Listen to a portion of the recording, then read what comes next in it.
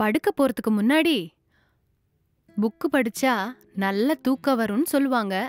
அது கரெக்டா இல்லையான்னு நம்ம இன்னைக்கு செக் பண்ணி பார்த்துருவோம். 4 பக்கத்துலேருந்து 40 பக்கம் வரைக்கும் நம்ம இன்னைக்கு படிப்போம். அதுக்குள்ள தூக்கம் வருதா இல்லையான்னு செக் பண்ணி பார்த்துருவோம்.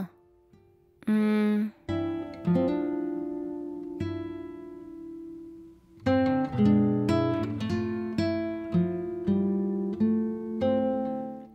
போற போக்க பார்த்தா 4 பக்கம் படிக்கிறதுக்குள்ளேயே தூக்கம் வந்துரும் போலயே.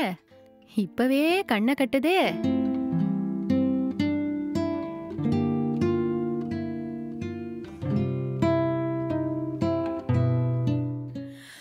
ஆஹா, சொர்க்கமே அப்படியே இறங்கி வருதே. இப்ப படுத்தா சும்மா கும்முன்னு தூக்கம் வரும். ஓகே, தூங்க வேண்டியதுதான். இதுக்கு மேல படிச்சா வேலைக்காகாது. யப்பா, வேற லெவல்ல தூக்கம் வருதுப்பா.